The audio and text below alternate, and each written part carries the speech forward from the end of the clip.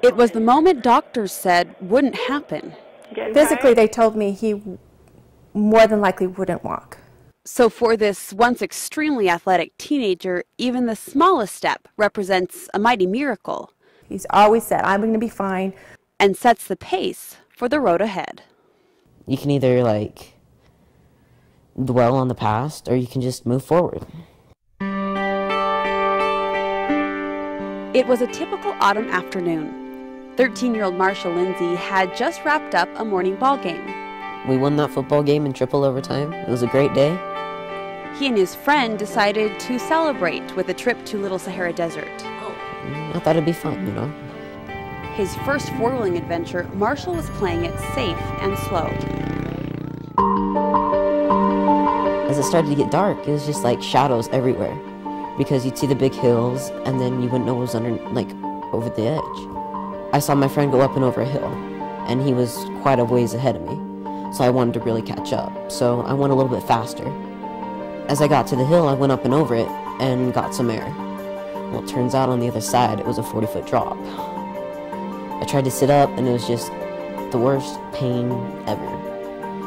I mean, it was just intense, take your breath away, pain.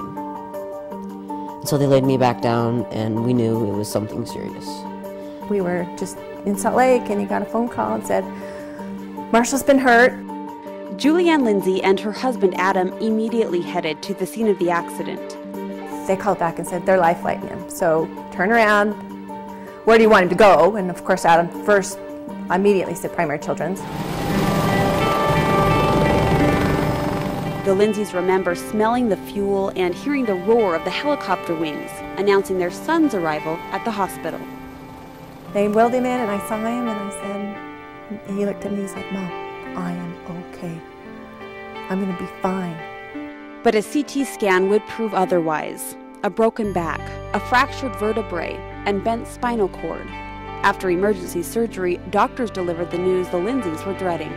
I said, how do you know he won't walk? And they said, well, it's just not, we haven't had any signs or things that we can see that make us think he will. But Marshall had other plans. He said, from the very moment I saw him, I will walk. Really stay up nice and tall for me, trying to push down through those legs. In January, just 4 months after the life-changing accident, Marshall took his first steps. He now participates in intense and sometimes painful physical therapy, going 3 times a week for several hours at a time, walking, stretching, lifting, and swimming his way to success. Marshall's been an incredible patient to work with. Just his attitude, his happiness, his ability to come here and to work hard on a daily basis and enjoy it and be happy with it has actually helped him progress faster than I believe normally otherwise would have. It's that positive perspective that has pulled him through physically.